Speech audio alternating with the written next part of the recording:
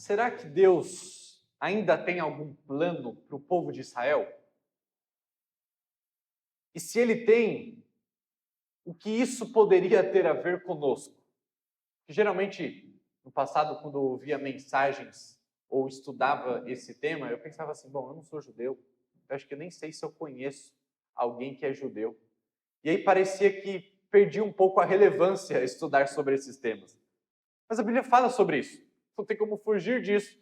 E se a Bíblia fala sobre isso, quer dizer que tem importância para nós sabermos, e mais do que isso, eu quero defender que isso tem a ver conosco, sim. Ok? Então, quero convidar você a abrir sua Bíblia em Romanos capítulo 11, a continuação da mensagem ou da série expositiva que temos feito há vários domingos no livro de Romanos, e hoje estamos no capítulo 11 e leremos o capítulo todo.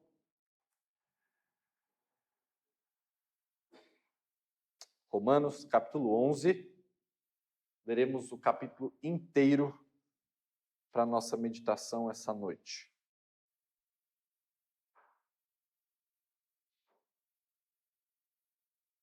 A palavra de Deus nos diz assim em Romanos capítulo 11. Então pergunto, Deus rejeitou o seu povo, a nação de Israel? Claro que não. Eu mesmo sou um israelita, descendente de Abraão e membro da tribo de Benjamim. Não, Deus não rejeitou o seu povo, que conheceu de antemão. Vocês sabem que o que as Escrituras dizem a esse respeito? O profeta Elias se queixou a Deus sobre o povo de Israel, dizendo, Senhor, eles mataram teus profetas e derrubaram teus altares. Sou o único que restou. E agora também procuram me matar. E vocês se lembram da resposta de Deus? Ele disse, ainda tenho outros 7.000 que jamais se prostraram diante de Baal. O mesmo acontece hoje. Pois uns poucos do povo de Israel permaneceram fiéis, escolhidos pela graça de Deus. E se a escolha se dá pela graça de Deus, então não se baseia nas obras deles. Pois nesse caso, a graça deixaria de ser o que verdadeiramente é, ou seja, gratuita e imerecida. Portanto, a citação é essa. A maioria do povo de Israel não encontrou o que buscava, mas uns poucos, aqueles que Deus havia escolhido, o encontraram, enquanto o coração dos demais foi endurecido. Como dizem as Escrituras, Deus os fez cair em sono profundo. Até hoje, fechou-lhes os olhos para que não vejam e tapou-lhes os ouvidos para que não ouçam. Da mesma forma, Davi disse que sua mesa farta se transforma em laço, em armadilha que os faça pensar que tudo vai bem, que seus privilégios os façam tropeçar e que recebam o que merecem, que seus olhos se escureçam para que não vejam e que suas costas fiquem encurvadas para sempre. Acaso o povo de Deus tropeçou e caiu sem possibilidade de se levantar? Claro que não. Foram desobedientes e por isso Deus tornou a salvação acessível aos gentios, para que o seu próprio povo sentisse ciúme. Se os gentios foram enriquecidos porque os israelitas fracassaram ao rejeitar a salvação que Deus lhes oferece, imaginem como será maior a bênção para o mundo quando Israel for plenamente restaurado. Dirijo-me especialmente a vocês, gentios. E uma vez que foi designado o apóstolo aos gentios, enfatizo isso, porque desejo que, de algum modo, o povo de Israel sinta ciúme. E assim, eu possa levar alguns deles à salvação. Pois se a rejeição deles possibilitou que o resto do mundo se reconciliasse com Deus, a aceitação será ainda mais maravilhosa. Será vida para os que estavam mortos. Se a parte da massa entregue como oferta é santa, então toda ela é santa. E se as raízes da árvore são santas, os ramos também o serão. Mas alguns desses ramos, alguns do povo de Israel foram cortados. E vocês, gentios, que eram ramos de uma oliveira brava, foram enxertados na árvore. Agora, portanto, participam do alimento nutritivo que vem da raiz da oliveira, especial de Deus.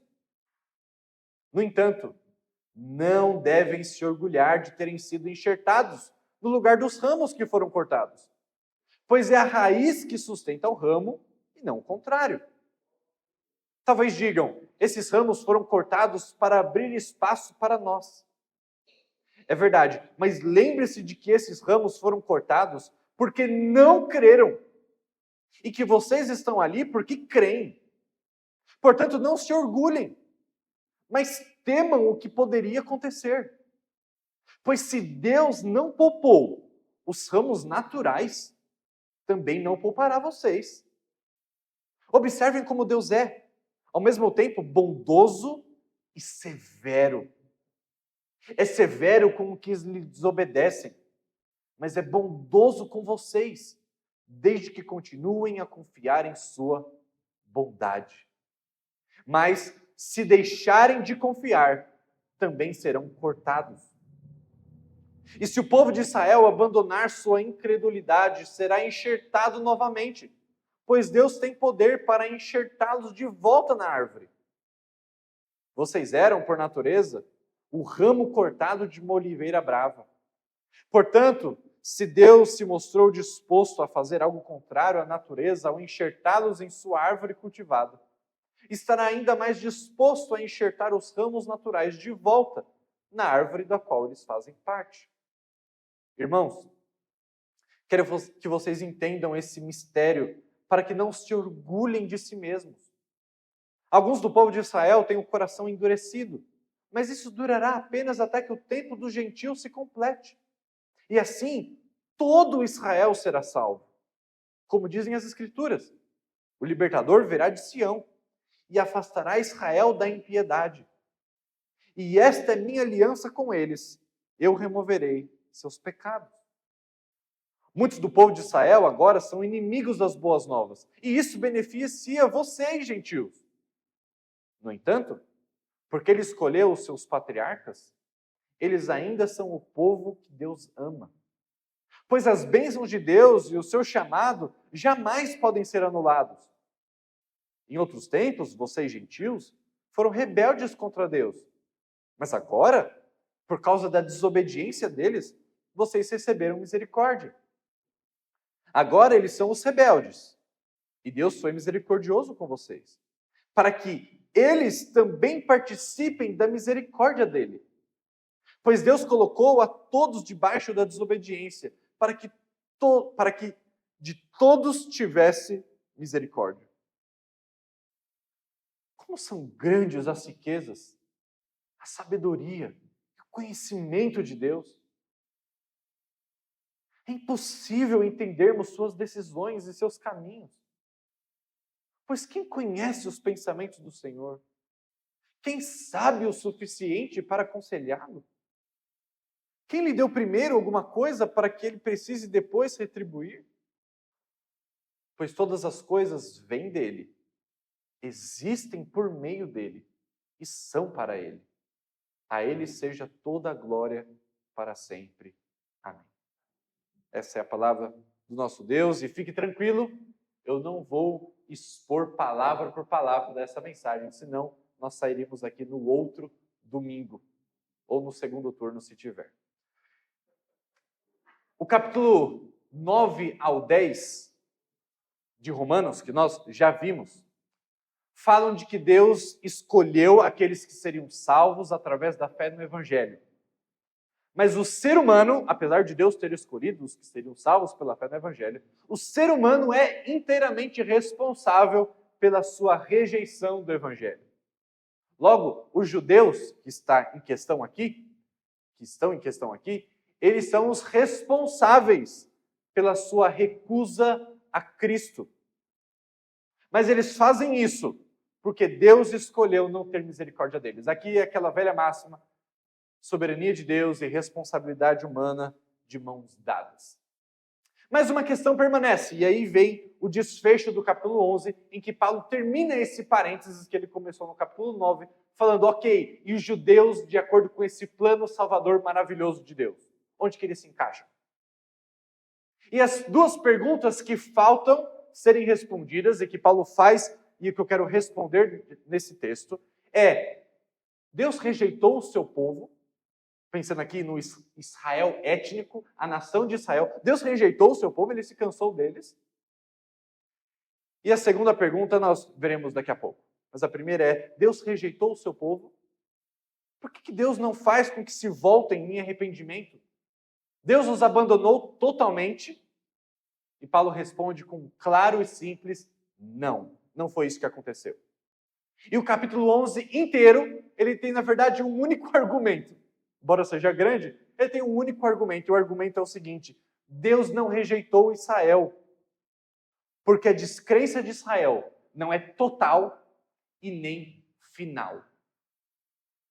Deus não rejeitou Israel, o étnico, porque a rejeição de Israel não é nem total e nem final. E os irmãos vão ver o que eu estou querendo dizer.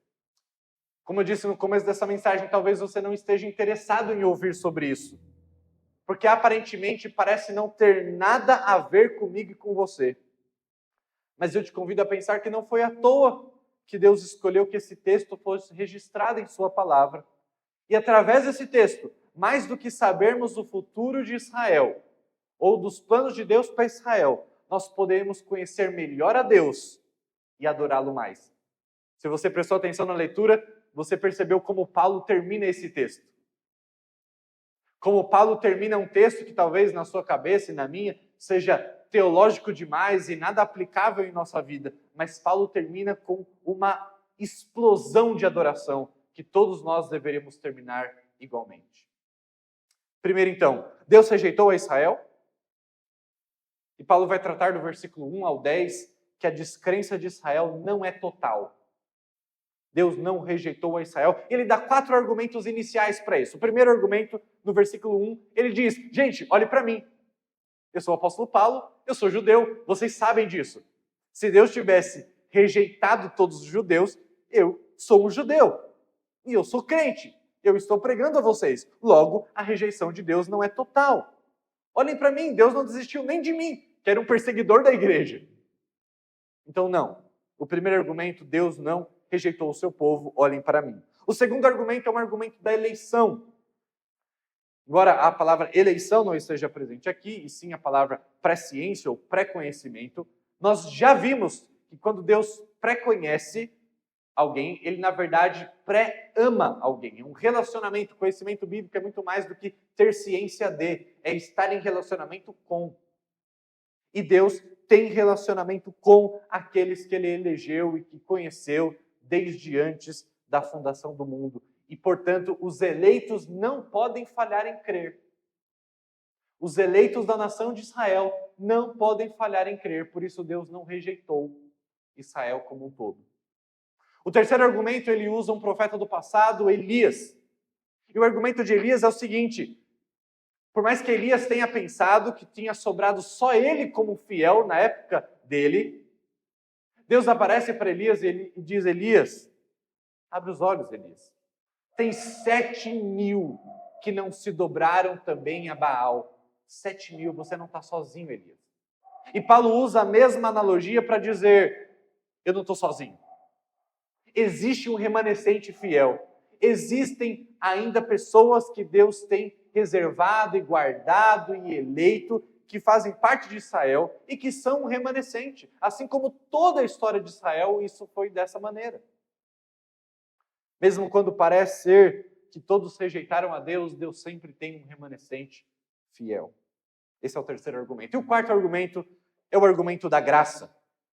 O que garante que há um remanescente fiel para Israel não é que sempre em Israel vai ter alguém bonzinho ou que sempre em Israel vai ter alguém mais inteligente para perceber o quanto que seria importante acreditar em Cristo.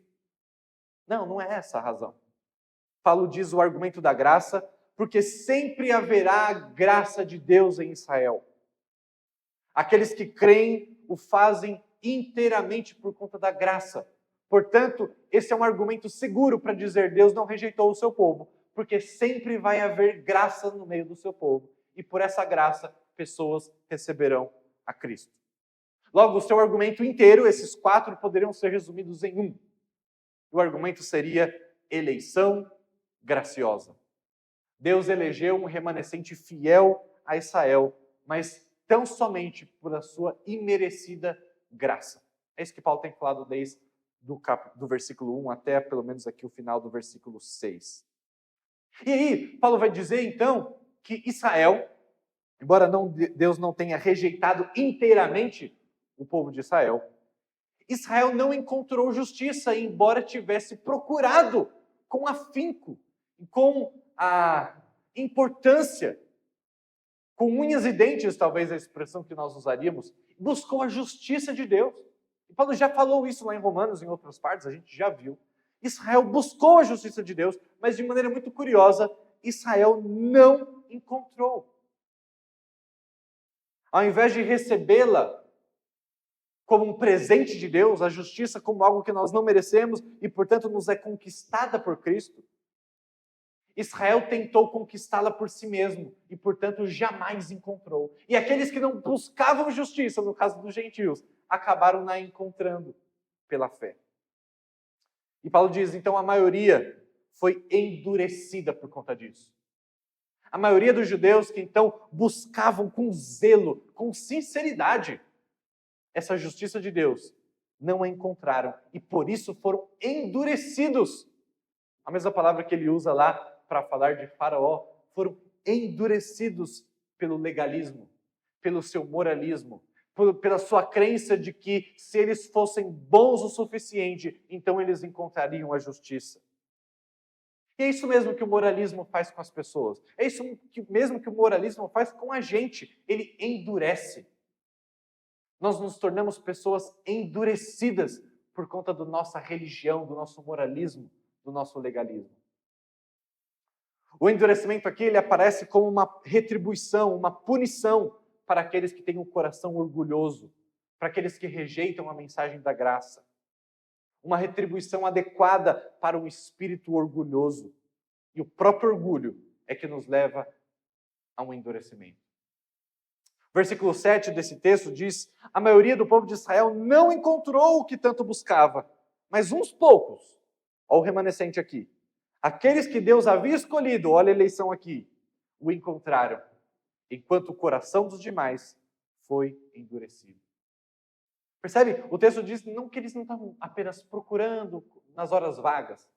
O texto diz que eles não encontraram aquilo que eles tanto buscavam. Intensidade. Eles buscavam muito, mas eles não encontraram. Uma pessoa pode se esforçar sinceramente e buscar fervorosamente agradar a Deus, servir a Deus, e ao mesmo tempo resistir de maneira implacável à graça de Deus. É possível isso. É possível pessoas extremamente religiosas que buscam a justiça de Deus, que buscam fazer o certo, que buscam agradar a Deus com todas as suas forças e, no final das contas, estar rejeitando plenamente a graça de Deus. Por isso que a gente não é chamado a colocar a mão no fogo pela salvação de ninguém. Às vezes, o que diferencia um verdadeiro cristão e um não cristão religioso no meio da igreja, às vezes é muito pouca coisa. Às vezes as atitudes exteriores são as mesmas. As pessoas podem viver uma semana e ter rotinas muito parecidas. E uma estar fazendo por esse interesse fervoroso de conquistar uma justiça pelo seu próprio desempenho, enquanto outra repousa e depende apenas dos méritos de Jesus. Mas na superfície é muito parecido. Na superfície os dois estão orando de joelhos. Na superfície, os dois estão dizimando, os dois estão sendo fiéis em vários assuntos na igreja, mas um faz motivado pela graça, o outro faz motivado por conquistar a aprovação pelo seu desempenho. Pessoas religiosas, muito sinceras, espalhadas pelo mundo inteiro, erroneamente rejeitam o evangelho, porque ele parece enfraquecer o esforço moral. E a gente tem a mesma tentação dentro da igreja. Isso acontece porque a gente acha que é meio estranho a graça. É meio estranho receber algo pelo qual nós não merecemos. É estranho isso. Eu tenho a sensação de que parece que a gente preferiria fazer por onde. Porque a graça nos humilha tanto. Nos humilha tanto. Parece que seria mais adequado se eu fizesse, então recebesse algo porque eu fiz.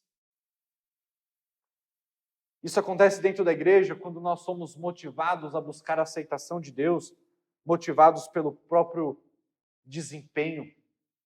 Isso acontece quando somos motivados a viver uma vida de santidade, não por gratidão ao que Cristo fez, mas motivados por culpa, motivados por medo,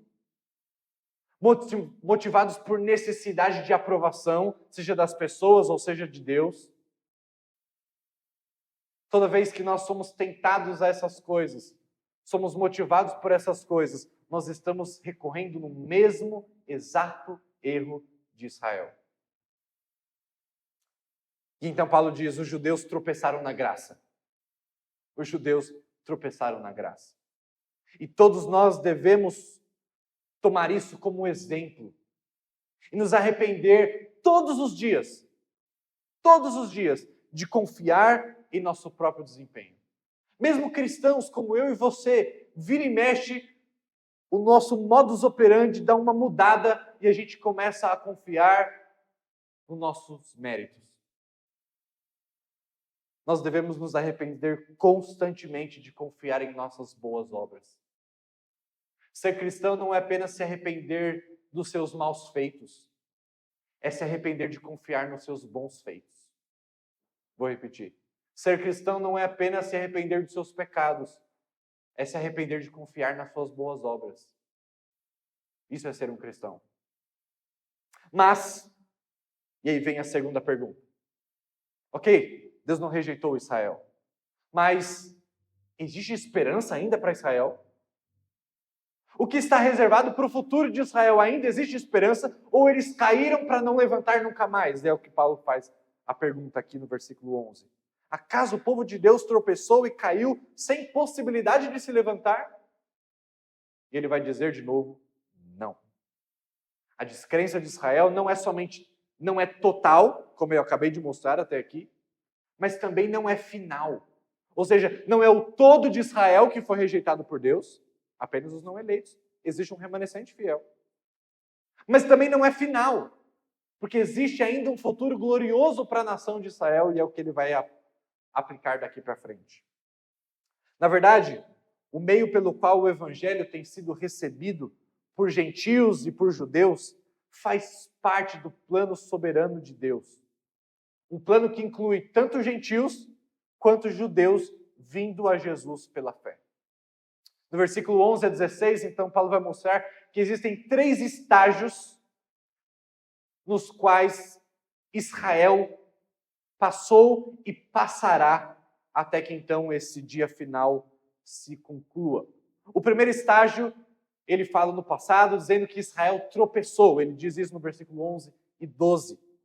Mas esse tropeço de Israel serviu como salvação para os gentios. É o primeiro estágio.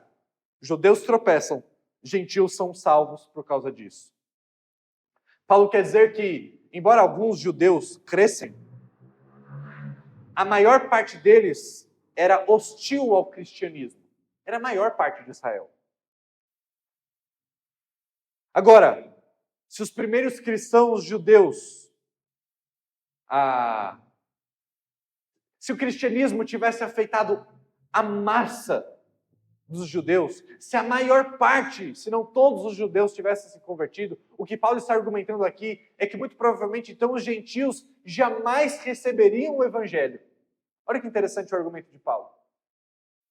Se a maior parte dos judeus tivessem acolhido o evangelho, então talvez o evangelho nunca tivesse chegado nos gentios. E se você lê o Antigo Testamento, parece que essa é a toada mesmo. Parece que o povo jamais entendeu o plano de Deus para além da nação de Israel.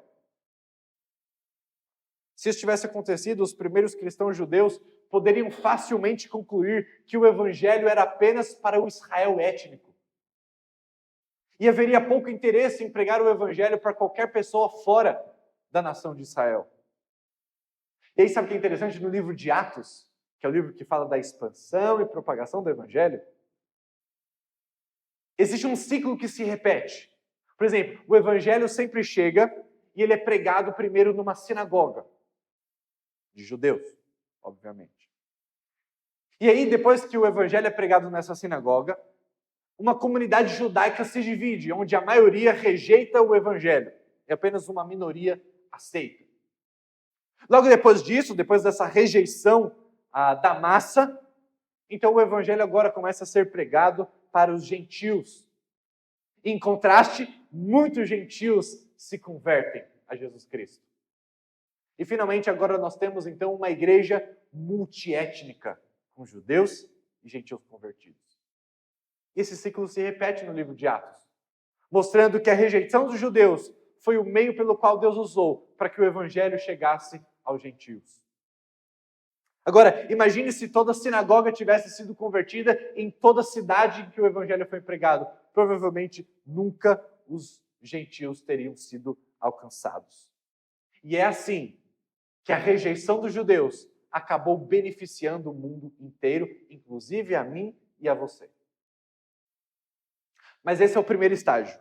O tropeço de Israel que serviu para abençoar os gentios. O segundo estágio é o estágio em que Paulo se encontra no momento em que ele está escrevendo essa carta, que é fazer ciúmes aos judeus por meio dos gentios. Esse, na verdade, era um dos maiores objetivos do ministério de Paulo, o apóstolo aos gentios. Mas não é porque ele não ligava para os judeus, até porque a gente já viu isso várias vezes nas últimas mensagens, em que Paulo poderia, se pudesse, escolheria salvar os seus compatriotas judeus em detrimento da sua própria salvação. Paulo se importava com os judeus. Não é que Paulo era alguém que se importava apenas com os gentios, mas é que ao pregar aos gentios, que de fato ele se importava, ele queria causar ciúmes nos judeus. Esse é o argumento dele aqui. Esse é o segundo estágio da história de Israel. Uma outra possível tradução dessa palavra ciúmes é inveja. Talvez não tenha sido traduzido dessa maneira, porque a gente tem uma grande dificuldade em tratar inveja como sendo positivo. Mas ciúmes também. A gente tem uma dificuldade de tratar ciúmes como sendo positivo. E aqui, um teólogo que nos ajuda muito, e eu quero ler um comentário dele, chamado John Stott, um grande teólogo, e ele escreveu um comentário em Romanos, e esse comentário ele faz uma explicação que eu acho muito propícia a esse momento, em que nos é estranho imaginar que Paulo está pregando o evangelho para os gentios, e um dos seus objetivos é fazer com que os judeus tenham inveja. Inveja é uma palavra forte. E aí, então, John Stott nos explica o seguinte, abre aspas. Nem toda inveja está manchada de egoísmo. Porque nem sempre a inveja é um descontentamento relutante ou uma cobiça pecaminosa. Na base do que significa inveja é o desejo de ter para si algo possuído por outro. Essa é a base da inveja. O desejo de ter algo para si, possuído por outro. Se a inveja é boa ou má, depende da natureza da coisa desejada e se alguém tem o direito da sua posse. Entenderam? Eu só posso dizer se a inveja é boa ou ruim pela natureza do que se deseja e se aquilo que se deseja, alguém que deseja tem o direito de possuir aquela coisa. Se essa coisa, se esse objeto da inveja é mau em si mesmo, ou pertence a outra pessoa e nós não temos o direito a esse objeto, por exemplo, então a inveja é pecaminosa. Mas, se algo é desejado, se o que é desejado é bom em si mesmo, por exemplo, uma bênção de Deus, e Deus quer que todo o seu povo desfrute disso, então cobiçar e invejar aquilo não tem nada de indigno.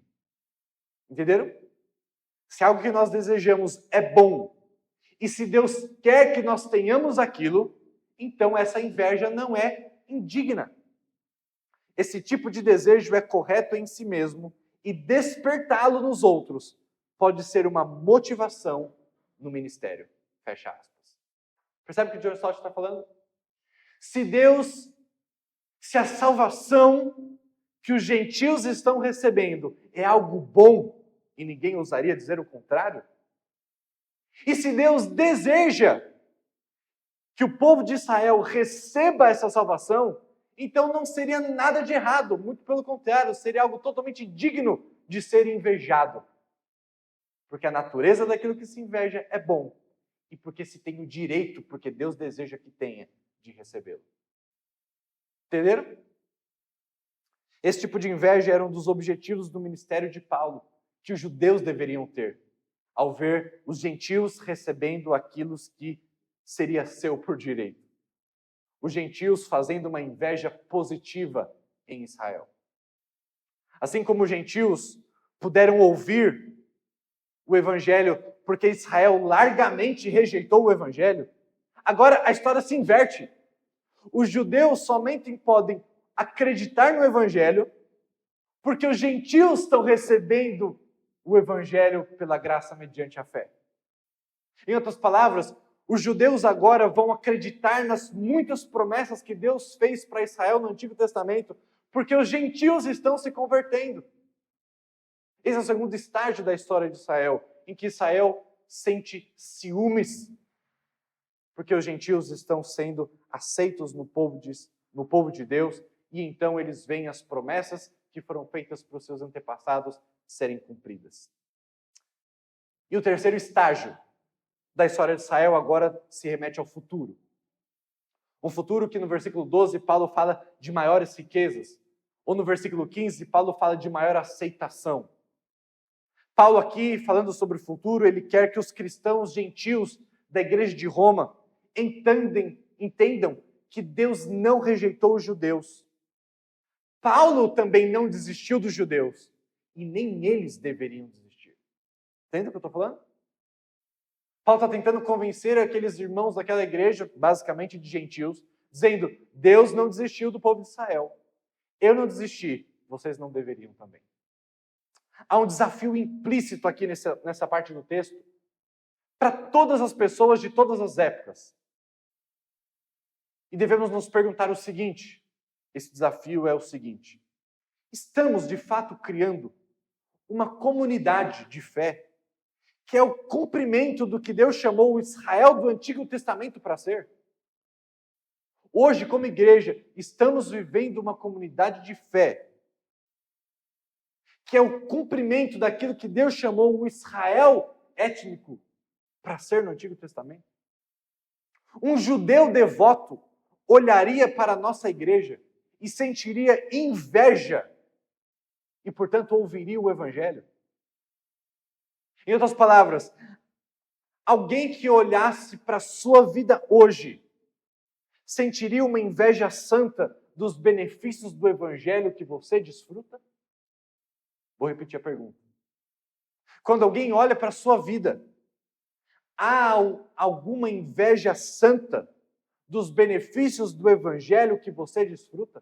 É atrativa a sua vida cristã?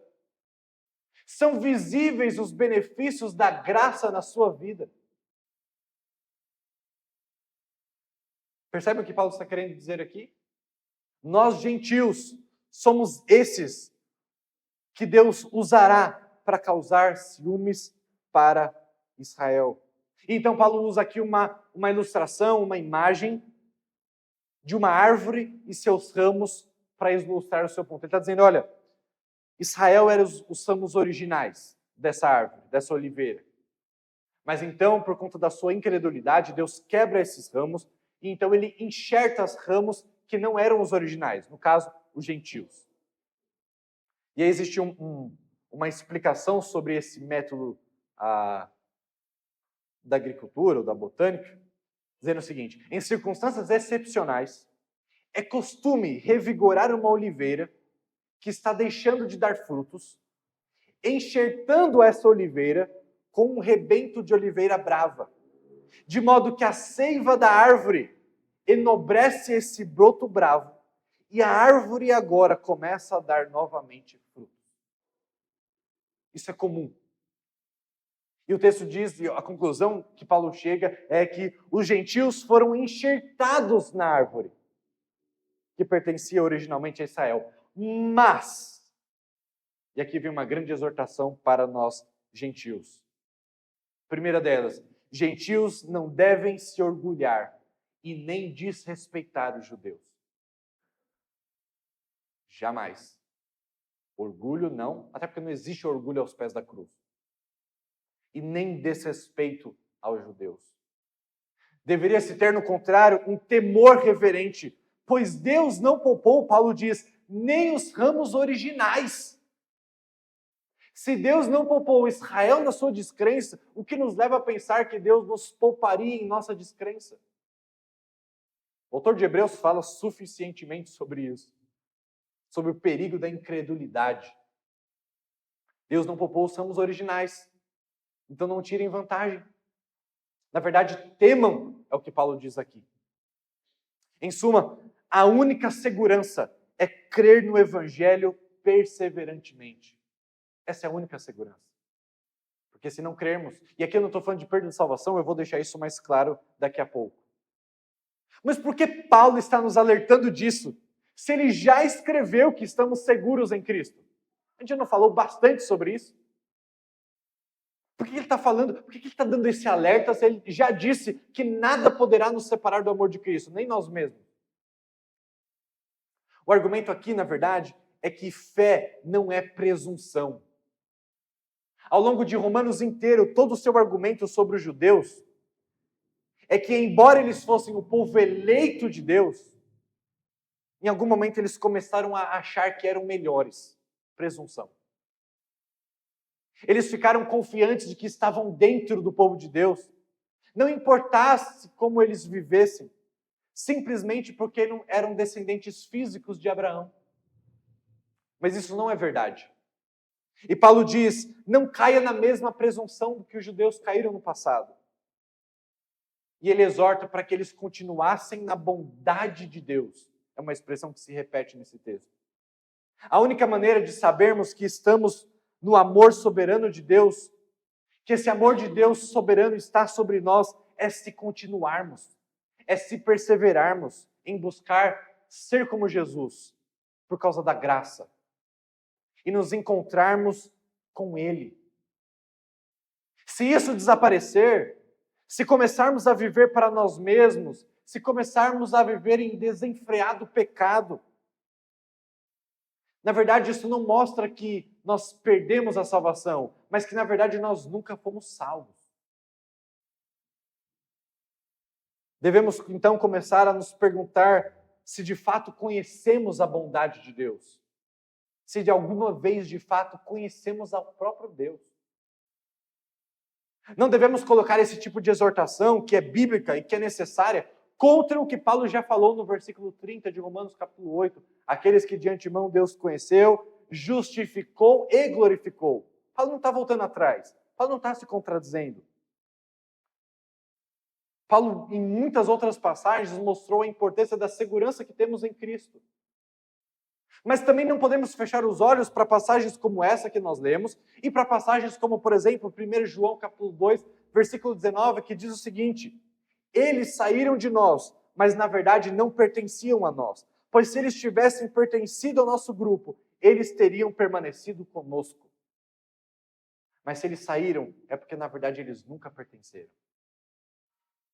Não se fala de perder a salvação aqui, apenas de revelar falsificações. Hebreus capítulo 3, versículo 14 e 15, de maneira semelhante, diz: participamos de Cristo se mantivermos firmemente até o fim a confiança que tínhamos no início. Como acabamos de dizer, hoje, se ouvires a sua voz, não endureçais os vossos corações. Ou seja, se tivermos fé em Jesus Cristo, podemos ter certeza, mas nunca devemos ser arrogantes. Paulo não está dizendo assim, olha, duvide, comece a ter insegurança sobre a sua salvação. Não é isso que ele está dizendo. Mas alguém que é convicto da graça na salvação é alguém que não pode ser arrogante. Então Paulo faz uma afirmação forte e que tem causado uma série de discussões teológicas quando ele diz, então todo o Israel será salvo. E as pessoas ficam debatendo sobre o que é todo, as pessoas ficam debatendo sobre o que é de fato Israel, e as pessoas ficam debatendo sobre o que é de fato ser salvo. Eu entendo que a explicação mais simples é a mais necessária nesse texto. Paulo está falando do futuro de Israel étnico. Se Deus pôde salvar os gentios, na argumentação de Paulo, que nasceram sem os privilégios dados a Israel, então Deus certamente pode salvar os judeus e o fará. A dureza de Israel não será permanente, todo Israel será salvo. Paulo está lançando aqui a base para a necessidade de uma contínua evangelização dos judeus, e aqui as coisas começam a ficar mais pessoais para nós. Paulo fala, sim, da importância de uma contínua evangelização dos judeus.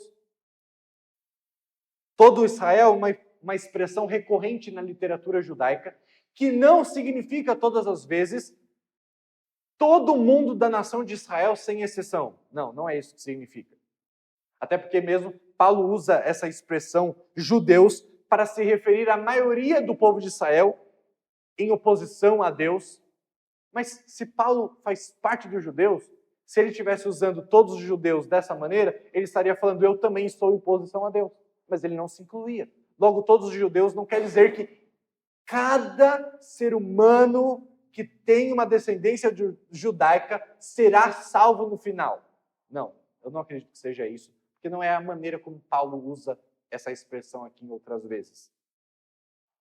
Por exemplo, quando ele diz que Israel rejeitou o evangelho, ele não estava se incluindo como judeu. A linguagem de Paulo, na verdade, permite a possibilidade de um fluxo constante de pessoas, crescente de judeus, se convertendo, até que então a maioria venha a crer. A implicação prática disso para a gente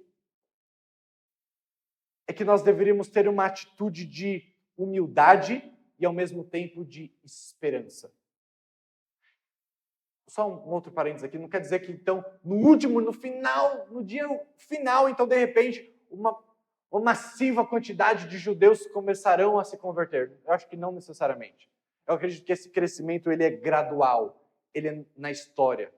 Os judeus vão compreendendo o evangelho na medida em que a história se desenrola. Pelo menos é a maneira como eu interpreto o texto. Agora, voltando para as nossas implicações práticas. O cristão deve dizer a si mesmo, eu desobedeci a Deus. E eu me recusei a acreditar no evangelho. E olhe para mim agora. Aqui estou eu, um cristão. Em parte porque o evangelho foi além do Israel descrente. Então, se Deus pôde me alcançar com a sua misericórdia através da desobediência de Israel, então Deus pode alcançar Israel através da minha crença. Ele certamente pode alcançá-los com a sua misericórdia através da minha fé. Isso ele diz no versículo 31.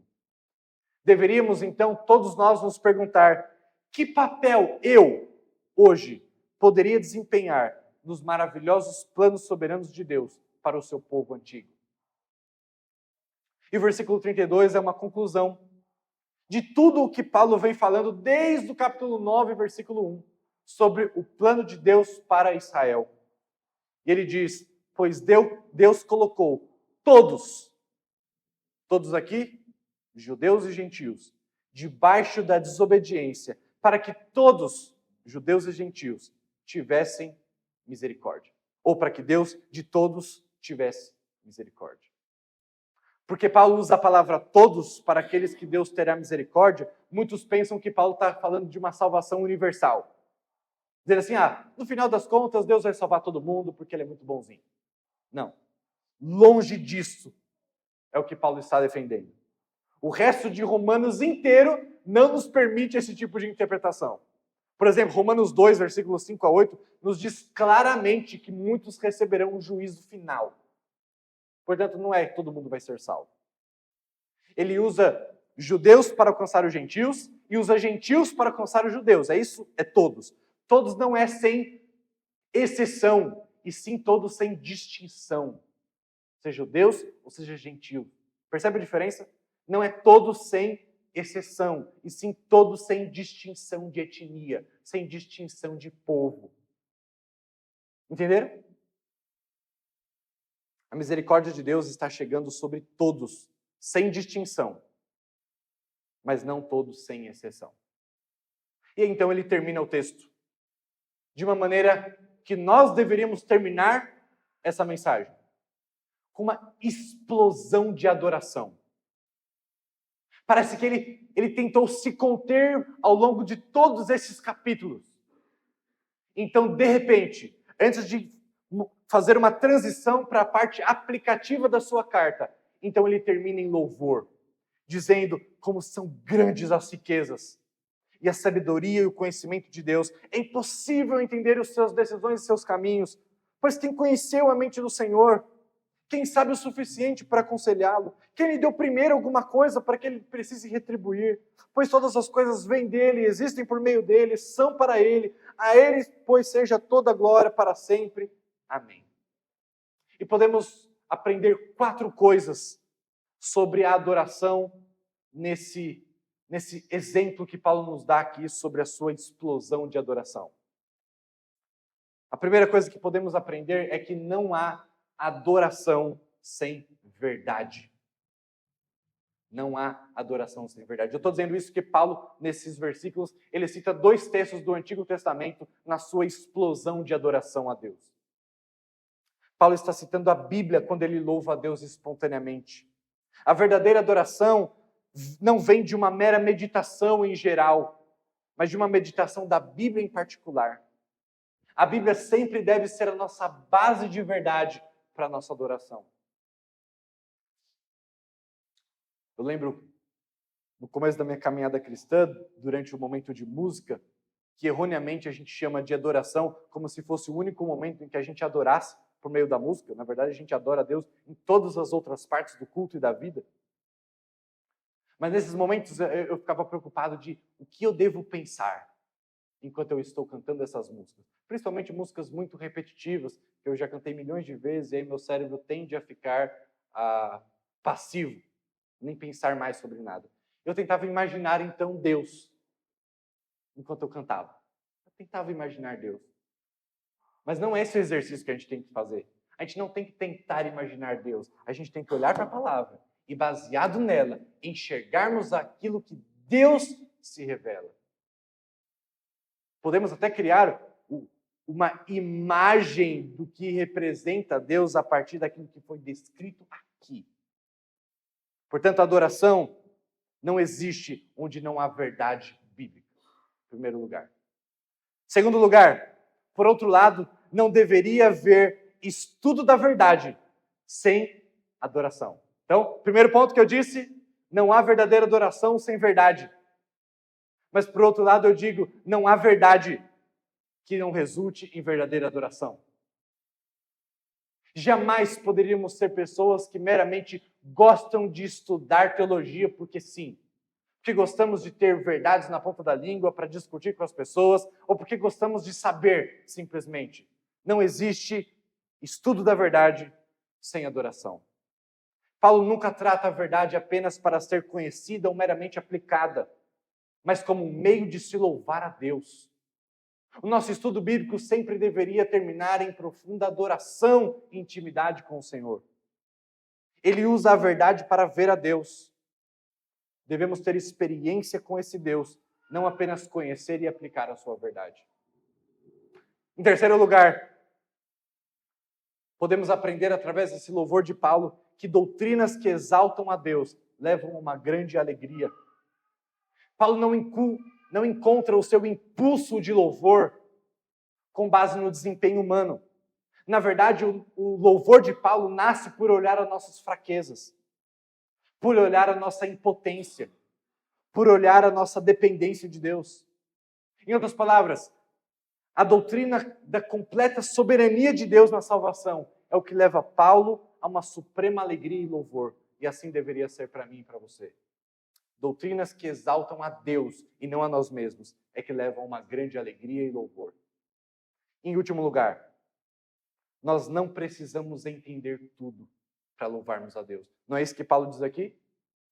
Que são insondáveis os caminhos de Deus?